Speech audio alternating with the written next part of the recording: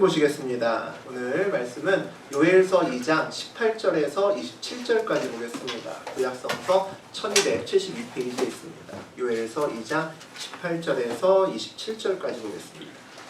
요엘서 2장 18절에서 27절입니다. 우리 함께 교독하겠습니다. 제가 먼저 18절 교독합니다. 그때에 여호와께서 자기의 땅을 극진히 사랑하시어 그의 백성을 불쌍히 여기실 것이라. 여호와께서 그들에게 응답하여 이르시기를 내가 너희에게 곡식과 새 포도주와 기름을 주리니 너희가 이로 말미암아 풍족하리라. 내가 다시는 너희가 나라들 가운데에서 유혹을 당하지 않게 할 것이며 내가 북쪽 군대를 너희에게서 멀리 떠나게 하여 메마르고 적막한 땅으로 쫓아내리니 그 앞에 부대는 동해로 그 뒤에 부대는 서해로 들어갈 것이라. 상한 냄새가 일어나고 악취가 오르니 이는 큰 일을 행하였음이라 하시리라. 땅이여 두려워하지 말고 기뻐하며 즐거워할지어다. 여호와께서 큰 일을 행하셨으니로다. 들짐승들아 두려워하지 말지어다. 들의 풀이 싹이 나며 나무가 열매를 맺으며 무화과 나무와 포도나무가 다 힘을 내는도다. 시온의 자녀들아 너희는 너희 하나님 여호와를 말미암아 기뻐하며 즐거워할지어다. 그가 너희를 위하여 비를 내리시되 기름비를 너희에게 적당하게 주시니 이른비와 늦은비가 예전과 같을 것이라. 마당에는 밀이 가득하고 독에는 새 포도주와 기름이 넘치리로다. 내가 전에 너희에게 보낸 큰 군대 곧 멜기와 느치와 홍충과 화쟁이가 먹은 횟수대로 너희에게 갚아주니 너희는 먹되 풍족히 먹고 너희에게 놀라운 일을 행하신 너희 하나님 여호와의 이름을 찬송할 것이라. 내 백성이 영원히 수치를 당하지 아니하리로다. 그런즉 내가 이스라엘 가운데 있어 너희 하나님 여호와가 되고 다른 이가 없는 줄을 너희가 알 것이라. 내 백성이 영원히 수치를 당하지 아니하리로다. 하나님 말씀입니다. 네, 우리 요엘 2장 18절에서 27절까지 함께 보셨습니다. 우리 그 내용 가지고 심판의 날에도 회복하는 사람들, 심판의 날에도 회복하는 사람들이라는 제목으로 우리 함께 은혜 나누겠습니다. 우리 지난 시간에 여호와의 날의 끔찍한 상황을 구체적으로 묘사하는 그런 장면들을 함께 나누었습니다. 엄청난 메뚜기 떼로 대표되는 그런 자연 재앙이 강한 군대처럼 밀려와서 아무리 잘 방어해도 그 방어를 뚫고 성벽을 넘어 성 안쪽으로 들어오고 그리고 집집마다 창문으로 도둑까지 다 들어옵니다. 그래서 도대체 회복할 수 없는 피해를 주고 지나가는 그런 장면들에 대해서 경고하는 말씀을 보았습니다. 여기에다가 가뭄까지 몰아치죠. 이중고입니다. 메뚜기의 재앙과 더불어서 가뭄을 더하심은 이 재앙이 우연이 아니라는 거죠. 하나님의 의도와 뜻이 있다는 겁니다. 하나님으로 임해 말미암는 그런 재앙임을 말해주는 겁니다. 많은 경우에 하나님은 반복적인 신호로 당신의 뜻을 정하십니다. 한 번이면 우연일 수도 있겠지만 두 번, 세 번 반복되면 거기에는 반드시 하나님의 뜻이 있을 가능성이 높다는 거죠. 아니나 다를까 이스라엘 백성들은 그 재앙의 군대의 제일 앞에 하나님이 진두지휘하는 그러한 모습을 보게 됩니다. 이 모든 재앙이 하나님의 심판이구나라는 걸 알게 된다는 거죠. 백성들의 낯빛이 하얗게 질립니다. 그뿐만 아니라 땅도 하늘도 떠는 날이 다가옵니다. 그것을 요엘은 여호와의 날이다라고 부르짖습니다. 여호와의 날에는 하나님의 백성들도 하나님의 대적이 되는 그런 날이라는 거죠. 그날을 바라보면서 우리 지난 시간에 마음을 찢고 회개하라라는 그런 선포를 합니다. 두 번째 나팔을 불어서 금식하고 또 성회를 베풀어서 거기서 금식하고 주님께 회개하라는 그와 같은 이야기를 하죠. 지난 시간에 요엘이 백성들에게 전심으로 회개하라고 선포를 합니다. 우리 지난 시간에 가장 마지막 절이 17절이었습니다. 우리 17절 다시 한번 읽어보겠습니다. 여호와를 섬기는 제사장들은 난실과 제단 사이에서 울며 이르기를 여호와여 주의 백성을 불쌍히 여기소서. 주의 기업을 욕되게 하여 나라들로 그들을 관할하지 못하게 하옵소서. 어찌하여 이방인들로 그의 하나님이 어디 있느냐 말하게 하였나이까 할지어다.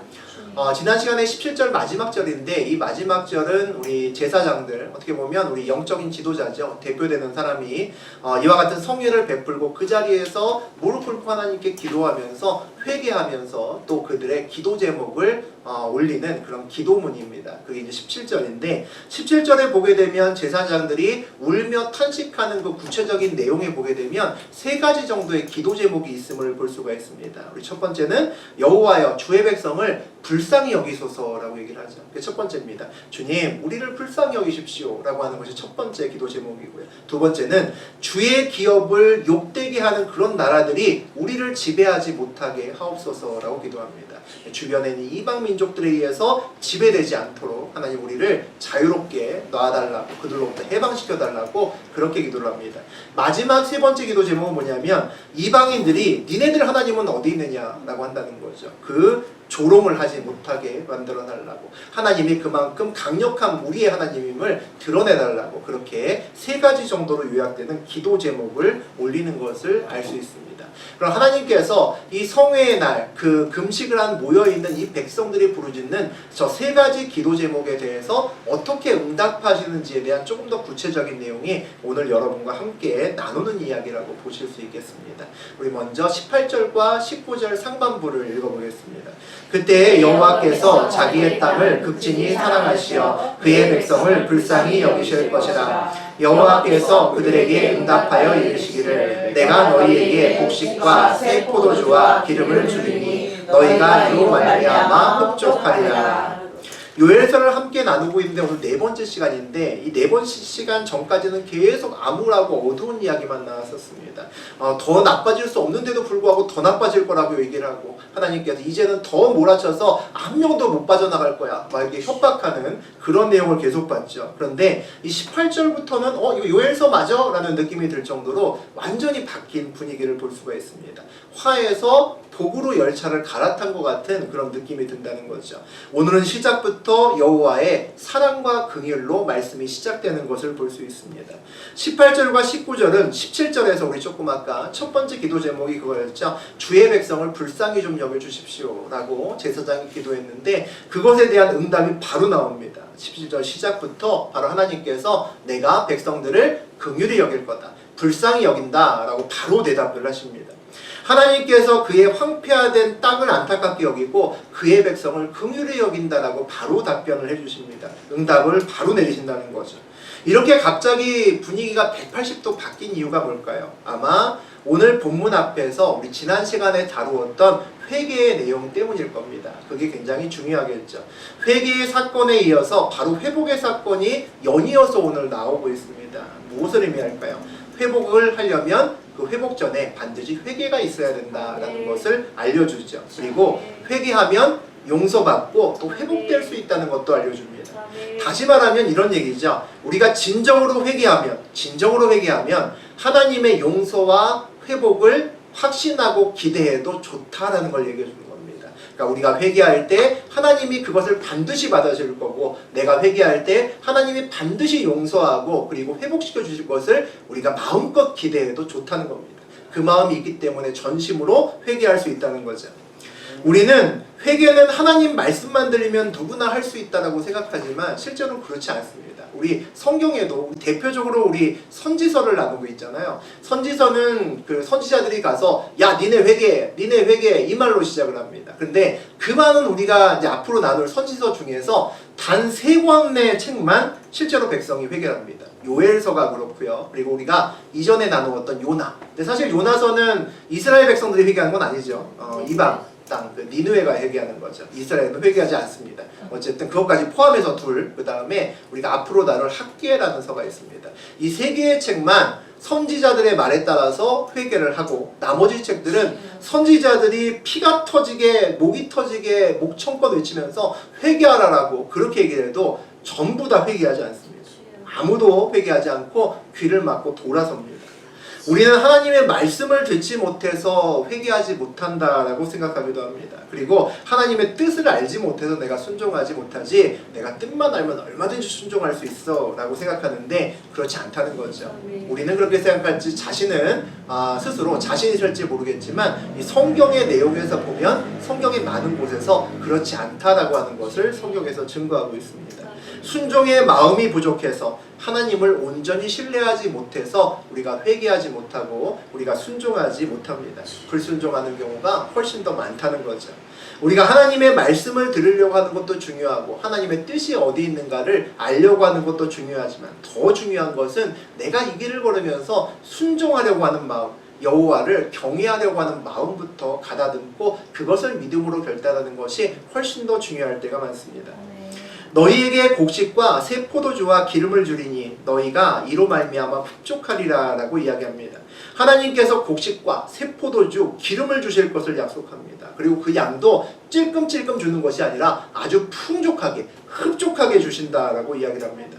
하나님께서 하나님 백성의 기도에 아주 풍성하게 주시겠다고 오늘 약속하시고 계십니다. 그렇게 응답하고 계시죠. 하나님께서 이스라엘 백성이 그동안 고생당하고 고통당하는 것을 좋아하시지 않으신다는 거죠. 어쩔 수 없어 그렇게 둔 것이고 하나님의 원래 마음은 그렇지 않다라는 것을 바로 오늘 바로 응답하시면서 이렇게 이야기하는 것으로 우리가 알 수가 있습니다. 하나님이 백성을 힘들게 만드는 것이 목적이 아니라 백성들을 믿음으로 더 강하게 그리고 세워주시는 것이 하나님의 목적이라는 거죠. 여호와께서 그들에게 응답하여 이르시기를이라고 되어 있습니다. 우리가 모든 어려움과 문제를 이기기 위해서는 결국 하나님께 응답을 받아야죠. 응답을 받아야 우리가 결국 해결할 수 있는 거죠. 그래서 우리는 누구나 응답받기를 원하고 응답도 찔끔찔끔 받는 것이 아니라 흡족하게 받기를 누구나 원합니다. 무엇이 하나님을 응답하도록 만들 수 있을까라는 생각이 듭니다. 아마 회개와 그 다음에 간절함과 또 우리 수요일날 나눴던 마음이 보이는 하나님께 감사드리는 것, 이런 것들이 하나님께로부터 우리에게 응답이 오게 만들 수 있는 여러 가지 요건이 될 겁니다.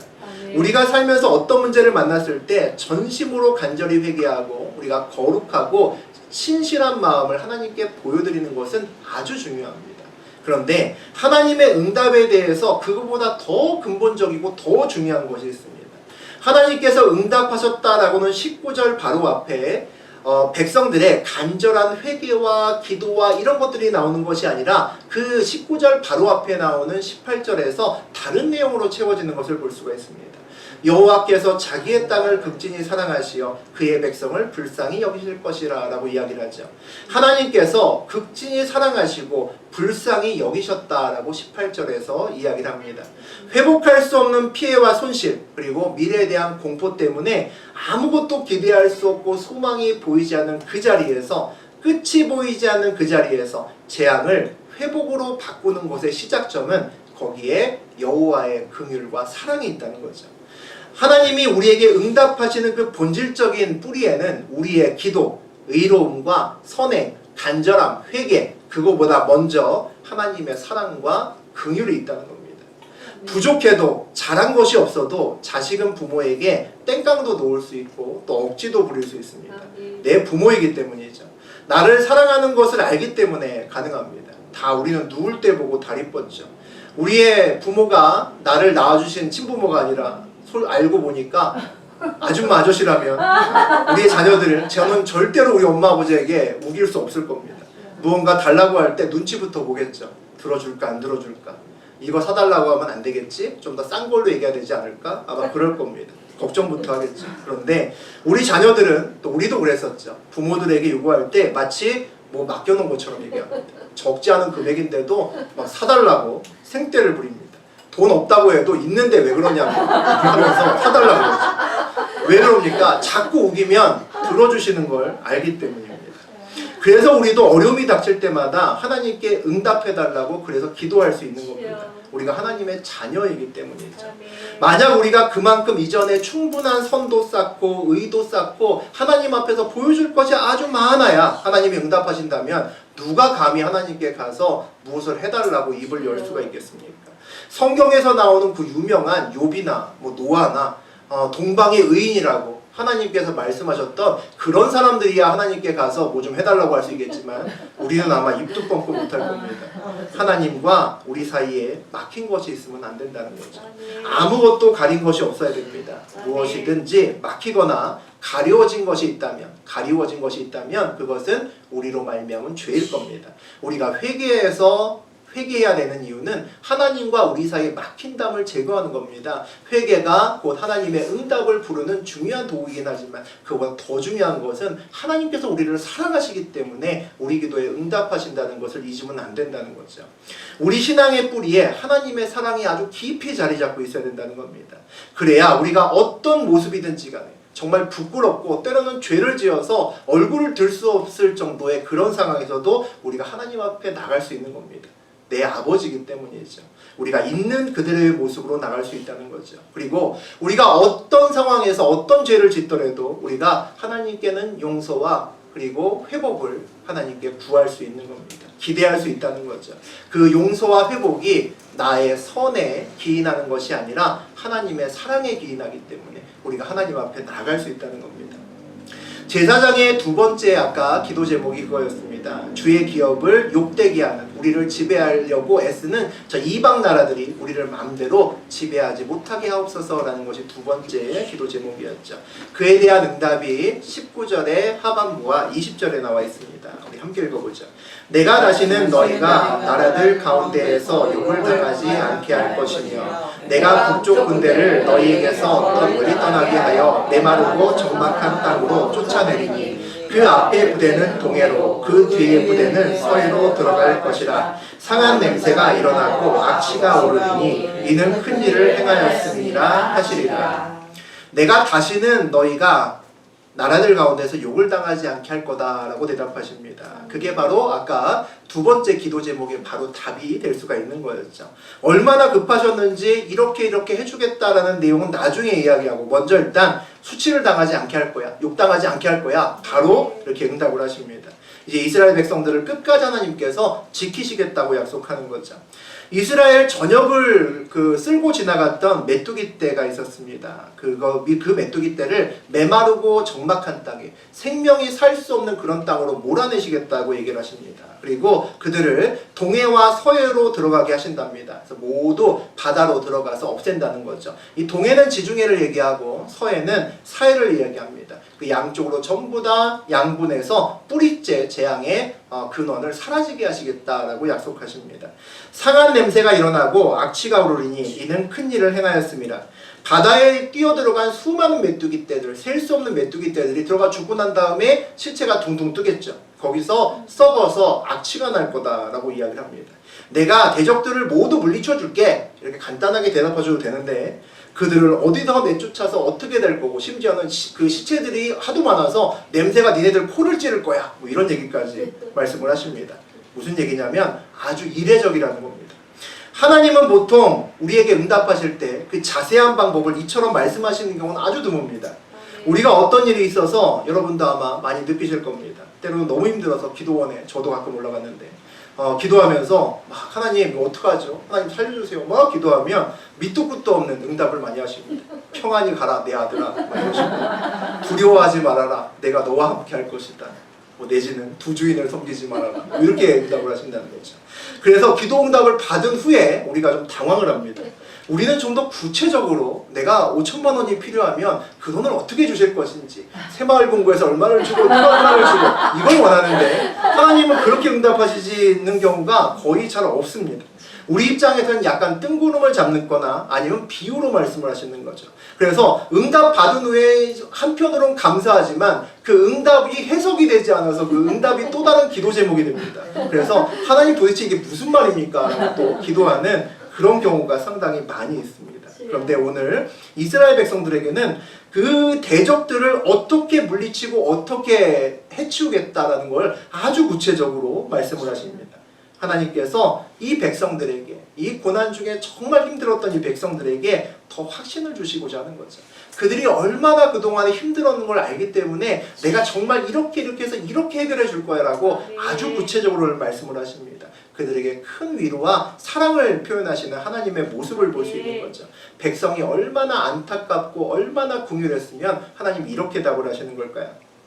17절에 우리 아까 제사장의 마지막 탄원이 뭐였었냐면 이방인들이 니네 하나님은 어디 있어? 라고 얘기한다는 겁니다. 조롱하지 못하게 하옵소서 라고 아까 기도했죠. 그것에 대한 이제 대답이 나머지 이제 21절부터 끝절까지 그 내용으로 차 있습니다. 그럼 나머지 내용은 하나님이 이렇게 하셨어. 우리 하나님이 니네들이 아는 그런 하나님이 아니야. 우리 하나님이 이렇게 위대하신 분이고 이것도 해주시고 이것도 해주고 이것도 해주신 하나님이야. 그 내용으로 나머지가 차 있다는 겁니다. 먼저 우리 21절과 22절 같이 보겠습니다. 땅이여 두려워하지 말고 기뻐하며 즐거워할지어다. 여호와께서 큰 일을 행하셨음이로다. 두려워하지 말지어다. 들의 풀이 싹이 나며 나무와 열매를 맺으며 무화과 나무와 포도나무가 다 해벌을 내리도다. 메뚜기 떼와 가뭄으로 황폐해진 땅이 이제 기뻐하고 즐거워해도 된다라고 이야기합니다. 온전하게 회복해 줄 거다라고 하나님이 약속하시는 거죠. 그러니 이제 여호와의 날에 하나님께서 큰 일을 하셨다고, 오히려 재앙이 아니라 큰 일을 하셨다고 자랑하고 돌아다녀도 된다라고 그렇게 말씀을 하십니다. 하나님의 권능과 능력을 오히려 자랑하라고 오늘 이야기를 하시는 거죠. 들짐승들아 두려워하지 말지어다라고 부릅니다. 우리 1장에서 들짐승들은 하나님께서 먹이시는 짐승이라고 이야기를 했고요. 그들이 먹을 풀도 없고 물도 없어서 헐떡이면서 하나님 앞에 앉아있다라는 그런 내용을 함께 나눈 적이 있었습니다. 이제 그 들짐승들이 더 이상 헐떡거리지 않아도 되고 더 이상 두려워하지 않아도 된다라고 말씀하십니다.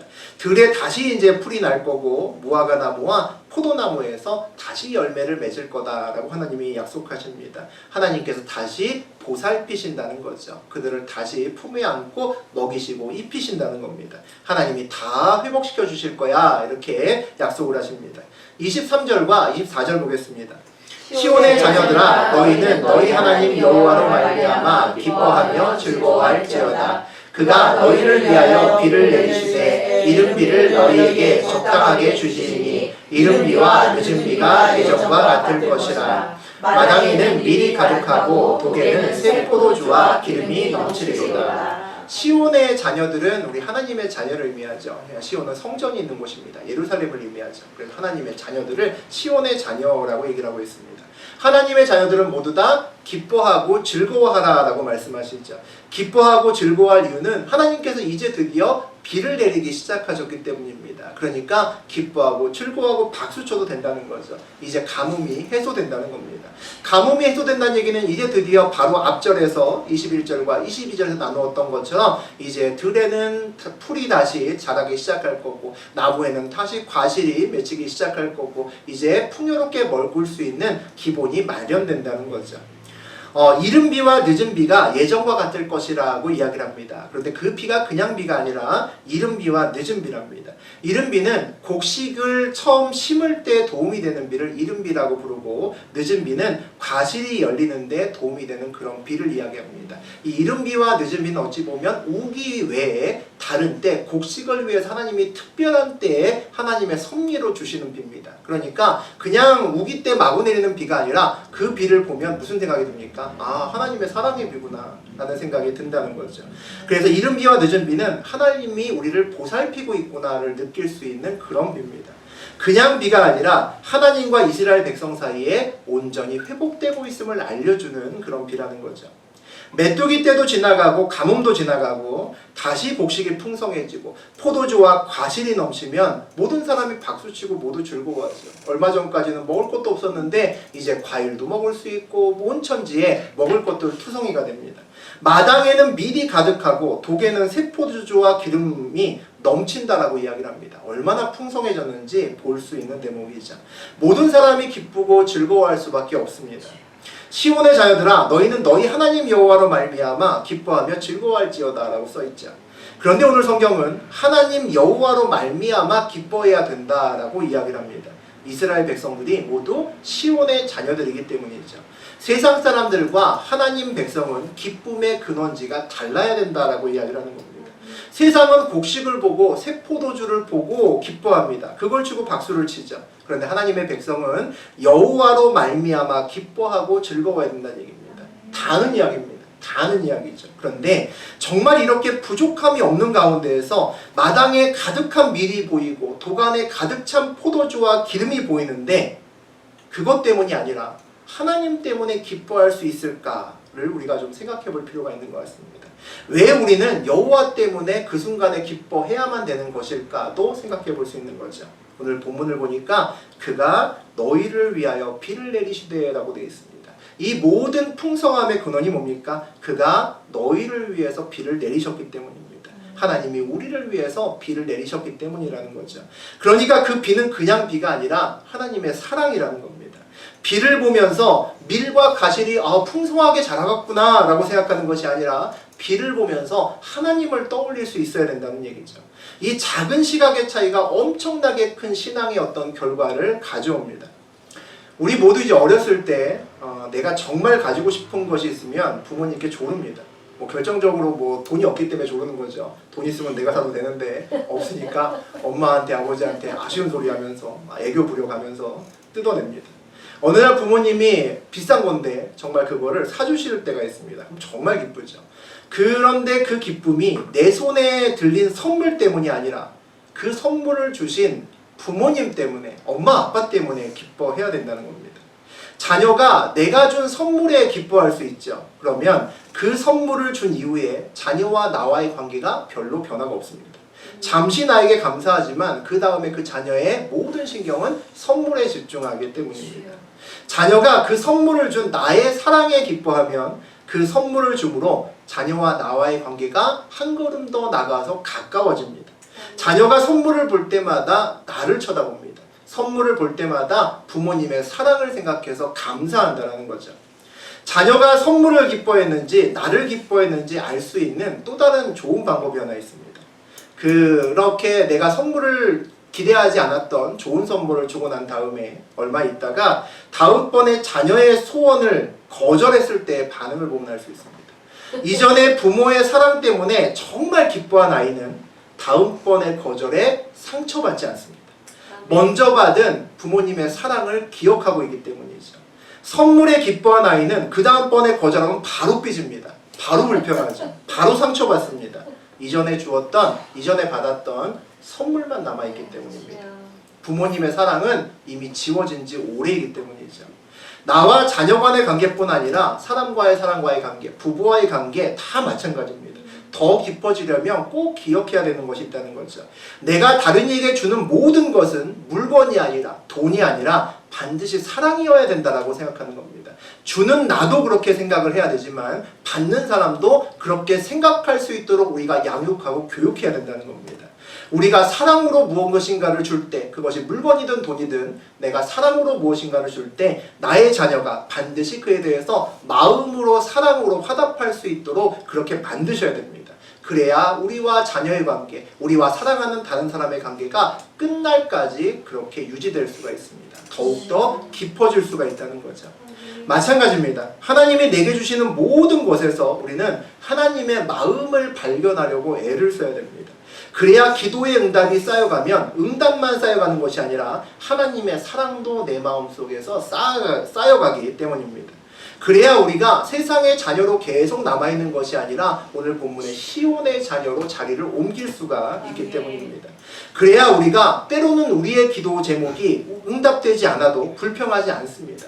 응답이 이루어지지 않아도 하나님의 사랑에는 전혀 변화가 없는 것을 내가 알고 있기 때문입니다. 이전에 받은 하나님의 사랑의 온기가 지금도 내 마음속에 여전히 따뜻하게 남아있기 때문에 상처받지 않습니다.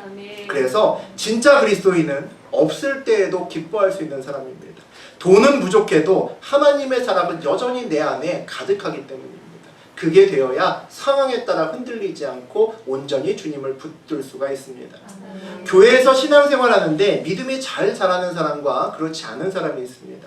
믿음이 잘 자라지 않는 사람은 하나님께 무엇인가를 받아도 그 받은 무엇인가를 보고 기뻐서 감사하는 사람입니다. 하나님을 잠깐 보고 감사하고 그 다음에 돌아서서 하나님 받은 것을 붙들고 좋아하는 사람이라는 거죠. 그래서 많이 받아도 기쁘지만 하나님과의 관계는 이전이나 지금이나 별로 차이가 없습니다. 믿음이 잘 자라는 사람은 기도의 응답이 이루어지면 하나님께 깊은 감사를 할 줄 아는 사람입니다. 하나님께 받은 것을 볼 때마다 하나님 생각이 나야 된다는 거죠. 여러분이 가지고 있는 많은 것들이 있습니다. 그 중에는 하나님이 옛날에 나한테 주신 것도 있다는 거죠. 그거를 붙잡아도 이거 하나님이 언제 나한테 주신 건데 라는 생각을 내가 할 수 있어야 됩니다. 우리의 즐거움의 뿌리가 하나님이어야 된다는 것은 이런 것을 이야기하는 거라고 생각합니다. 우리는 아버지를 기뻐하고 돈과 세상은 누려야 되는 사람들입니다. 이게 가능하려면 먼저 돈을 누리는 것이 아니라 아버지를 전심으로 기뻐하는 마음이 먼저 있어야 됩니다. 아마도 우리의 통과하지 못하고 연단을 받고 있는 그런 시간이 우리 앞에 계속 있는 것은 그 이유 중에 하나가 이것일 겁니다. 내가 정말 하나님을 기뻐하지 못하고 있기 때문이라는 거죠. 이게 해결되어야 하나님이 물질로 세상의 것으로 나에게 마음껏 부어줘도 세상이 아니라 우리가 하나님께 묶여있고 하나님의 그 길을 온전하게 걸어갈 수 있습니다. 물질이 아니라 하나님이 나의 기쁨의 근원 되시기 때문입니다. 하나님은 내 소원을 이루는 자판기가 아닙니다. 교회에 와서 적절하게 돈과 노력을 지불하고 버튼을 누르면 내가 원하는 것이 뚝 떨어지는 그것은 신앙이 아닙니다. 원하는 것을 받지 못하면 더 와서 노력하고 헌금하면 되겠네 라고 생각하는 것도 바른 신앙이 아닙니다. 신앙은 하나님과 나와의 깊은 사랑과 믿음의 관계를 만드는 겁니다. 그게 신앙이라는 거죠. 우리의 마음을 하나님께 드리고 그분의 크신 사랑을 내 마음에 가득 받아들이는 것이 그것이 신앙의 원천입니다. 그 마음을 되면 내 마음에 하나님의 사랑으로 가득 차면 자판기를 눌렀을 때 내가 원하는 것이 나오지 않고 다른 것이 나오더라도 그것이 하나님의 사랑임을 우리는 신뢰하고 감사함으로 그것을 받을 수가 있습니다. 우리 25절과 26절 보시겠습니다. 내가 전에 너희에게 보낸 큰 군대 곧 메뚜기와 느치와 황충과 팥충이가 먹은 횟수대로 너희에게 갚아주리니 너희는 먹되 풍족히 먹고 너희에게 놀라운 일을 행하신 너희 하나님 여호와의 이름을 찬송할 것이라. 내 백성은 영원히 수치를 당하지 아니하리로다. 요엘서는 여호와의 날이 재앙의 날, 심판의 날이라고 이야기를 합니다. 하지만 동시에 회복의 날이라고 하는 것을 이야기를 하고 있고 오늘 그 회복의 날에 대해서 구체적으로 이야기를 하고 있습니다. 이전에 메뚜기 떼가 쓸고 가고 가뭄이 쓸고 간 그 자리에 그 피해를 온전히 회복시켜 주실 거다라고 다시 한번 또 이야기를 하시는 거죠. 먹은 횟수대로 너희에게 갚아주리니 라고 되어 있습니다. 우리 1장에서 비슷한 얘기가 나왔습니다. 여기 나와 있는 것처럼 메뚜기와 느치와 황충이와 팥충이가 지나가면서 완전히 깡그리 먹어서 아무것도 남은 게 없을 거야. 너희는 아무것도 못 먹어. 이런 내용이 우리 1장에서 함께 나누었던 내용이 있습니다. 그런데 25절에서는 그것을 완전히 거꾸로 얘기를 하는 겁니다. 그때 그 메뚜기와 느치와 황충과 팥충이가 다 먹어치운 것을 하나씩 전부 다 원상복귀 시켜줄 거라는 겁니다. 그렇게 말씀을 하시는 거죠. 피해를 하나하나 하나님께서 몽땅 다 갚아주실 거라는 거죠. 이거를 들으면 듣는 사람은 모두 다 박수칠 거라는 거죠. 내가 이전에 사업을 하다가 1억을 손해봤는데 하나님이 1억을 그대로 갚아주신다는 겁니다. 그러면 박수를 칠 수 있는 거죠. 그런데 그 박수를 칠 때 내가 잃어버린 1억을 하나님께서 다시 주신 것 때문에 1억 때문에 박수 치는 게 아니라 내 손해본 것을 하나님이 팥중이와 느치와 황충을 하나씩 세면서 내 손해보는 것을 다시 횟수로 세고 있는 하나님의 뒷모습을 보면서 우리가 기뻐할 수 있어야 된다는 겁니다. 그것이 하나님의 사랑이라는 거죠. 1억보다 그 1억을 내가 손해본 것을 하나님이 앉아서 그것을 하나씩 나를 위해서 전능자가 세시고 있는 그 모습을 보고 우리가 사랑을 받아야 되는 겁니다. 아버지의 마음을 받아야 우리의 마음이 풍성해진다는 거죠. 너희는 먹되 풍족히 먹고 너희에게 놀라운 일을 행하신 너희 하나님 여호와의 이름을 찬송할 것이라 라고 되어 있습니다. 하나님께서 풍족히 먹고 그리고 여호와의 이름을 찬양하라 라고 말씀하십니다. 당연한 듯하지만 이거 역시 쉽지 않습니다. 풍족한 것을 먹고 누리면서 나의 시선을 여전히 풍족한 것이 아니라 하나님을 바라보는 시선을 고정할 수 있어야 하나님께 찬양할 수 있다는 거죠. 내 백성이 영원히 수치를 당하지 아니하리로다 라고 되어 있습니다. 세상을 누리면서도 하나님을 기뻐할 수 있습니다. 세상을 누리면서도 우리가 하나님께 시선을 고정할 수 있으면 우리는 절대로 어느 누구에게도 수치를 당하지 않는다라고 약속하십니다. 오늘은 여호와의 날이 회복의 날로 선포됩니다. 온전히 회복된다는 것이 무엇을 의미할까요? 27절 보시겠습니다. 그런즉 내가 이스라엘 가운데 있어 너희 하나님 여호와가 되고 다른 이가 없는 줄을 너희가 알 것이라. 내 백성이 영원히 수치를 당하지 아니하리로다. 온전히 회복된다고 하는 궁극적인 의미는 미래 포도주에 있는 것이 아니라 하나님과 우리의 온전한 관계의 회복에 있다라고 보시면 됩니다. 오늘 요엘서에 기록된 엄청난 재앙과 그리고 회개 또 이어지는 놀라운 회복을 통해서 우리가 알아야 되는 그 가장 중요한 것이 27절에 나와 있습니다. 너희 하나님 여호와가 되고 다른 이가 없는 줄을 너희가 알 것이라 라고 되어 있죠. 하나님이 이스라엘의 여호와가 되신다는 것을 알아야 된다는 겁니다. 이 회복을 통해서, 이 온전한 회복을 통해서 우리가 알아야 되는 것은 하나님이 나의 하나님 되시는구나를 알아야 된다는 거죠. 하나님 외에 다른 이가 없음을 아는 것이다 라고 말씀하십니다. 하나님 외에 그 어떤 것도 의지하지 않겠다라는 것을 깨닫는 것이 이 회복의 의미라는 겁니다. 내가 이스라엘 가운데에 있어 라고 이야기를 하죠. 하나님이 멀리 보이지 않는 하늘나라에 계시는 것이 아니라 우리의 삶 가운데 정중앙에 들어와 계신다는 것을 알아야 된다는 겁니다. 하나님이 우리의 하나님 되신다는 것은 우리와 동행하고 우리의 삶의 주인이 되신다는 거죠. 내 백성이 영원히 수치를 당하지 아니하리로다. 다시 말씀하십니다. 하나님만 의지하고 하나님과 동행하고 우리의 삶을 하나님께 내어드리면 하나님 백성으로 절대로 수치당하지 않는다라고 약속하신다는 거죠. 요엘서는 한편의 재난 영화를 읽는 것과 비슷한 느낌을 가지고 있습니다. 어느 날 평화로울 때 아무도 대비하지 못했던, 아무도 예측하지 못했던 때에 갑자기 자연적인 재앙이 불어닥칩니다. 메뚜기 떼가 몰고 들어와서 모든 걸 먹고 있을 것을 전부 다 사라지게 만듭니다. 그리고 연이어서 또 가뭄도 오죠. 모든 것이 불타고 사그라듭니다. 그런데 재미있는 것은 이 재난의 구체적인 원인이 나오지 않는다는 겁니다. 그게 참 재밌죠. 왜 이스라엘 백성이 이와 같은 일을 당하는 건지 구체적으로 나오지 않습니다. 다른 선지서에서 보면 이스라엘 백성들이 너희가 우상을 많이 섬겨서 그래, 너희가 하나님이 아니라 바알을 많이 섬겨서 그래, 이렇게 아주 구체적으로 나옵니다. 너희가 성적으로 문란해서 그래, 너희가 자폰을 해서 그래, 뭐 이렇게 나옵니다. 그런데 그런 내용이 요엘서에서는 아무것도 나오지 않습니다. 그렇다는 것은 이 재앙의 대상이 이스라엘 백성뿐만 아니라 범세계적인 온 세상을 대상으로 하는 그런 심판의 의미를 가지고 있다는 겁니다. 그 심판의 날을 요엘은 여호와의 날이라고 부릅니다. 갑작스러운 여호와의 날에 이스라엘 백성도 당황합니다. 외부의 이방인들뿐만 아니라 이스라엘 백성도 당황하죠. 이전에는 하나님께서 이스라엘 편에 서셨습니다. 그래서 대적들과 싸우셨는데 오늘 여호와의 날에는 하나님께서 이스라엘을 포함한 다른 민족들에게 똑같이 심판의 칼을 들이대는 것을 볼 수 있습니다. 크고 두려워서 감당할 자도 없고 지난 시간에 백성들의 낯빛도 하얗게 바뀌고 땅도 하늘도 두려워서 떤다라고 하는 것이 여호와의 날이다라고 우리가 봤습니다. 그것이 하나님의 심판의 날이라는 거죠. 우리에게도 여호와의 날이 있습니다. 여호와의 날에는 모두에게 힘든 시간입니다. 우리가 신앙을 가졌어도 우리에게도 역시 힘든 시간이라는 거죠. 모든 상황이 절망적이고 소망을 찾기 쉽지 않은 그런 때가 우리에게도 옵니다. 하나님이 나의 편이 아니라 심지어는 나를 대적하시는구나 라는 느낌이 들 정도로 그런 시간들도 온다는 거죠. 궁지에 몰리고 빠져나갈 구멍이 없이 사면초가로 꽉 틀어막혔는데 하늘마저도 무너지는 그런 느낌이 드는 날이 여호와의 날이라는 겁니다. 그게 심판의 날이고 마지막 때라는 거죠.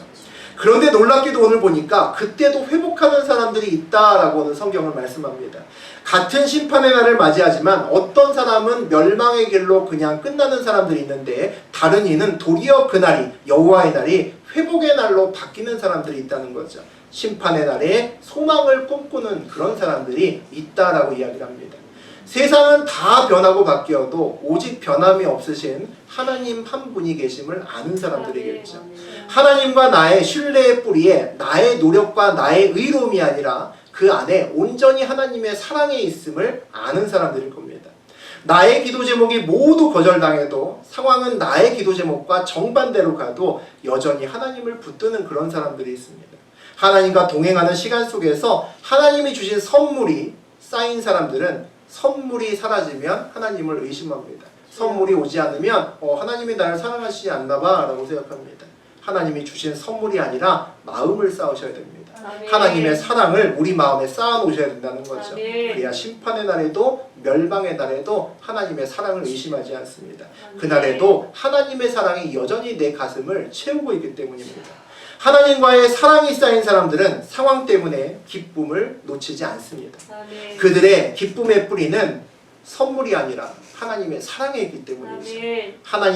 하나님의 사랑에 뿌리를 내린 그런 신앙을 갖고 있는 사람은 심판의 날에 회복을 꿈꿀 수 있습니다. 심판의 날이 회복의 날로 바뀐다는 거죠. 심판의 날도 회복할 수 있는 날로 바꿀 수 있는 것이 하나님의 사랑입니다. 살다 보면 저도 마찬가지입니다. 여러분도 그렇게 생각하실 겁니다. 이전에 여기까지 오기까지, 지금 이 자리까지 오기까지 하나님이 얼마나 나를 사랑하셨나를 생각해 보시면 그 사랑을 아마 다 이야기하고도 남음이 없을 정도로 많을 겁니다. 우리는 때로는 그 사랑보다 하나님께서 그동안 나에게 주셨던 것만을 바라볼 때가 더 많다는 거죠. 하나님의 사랑을 바라보시고 하나님이 물건을 주시던 돈을 주시던 자식을 주시던 어떤 기쁨을 주시던 간에 그 안에는 하나님의 사랑이 있습니다. 아멘. 그 사랑을 우리의 마음속에 온전히 간직하고 쌓아내시면 우리 앞에 어떤 심판의 날이 와도 우리는 그날이 회복의 날이 됩니다. 아멘. 하나님의 사랑은 우리와의 전혀 끊을 수 없는 그런 크신 사랑이기 때문입니다. 아멘. 오늘 말씀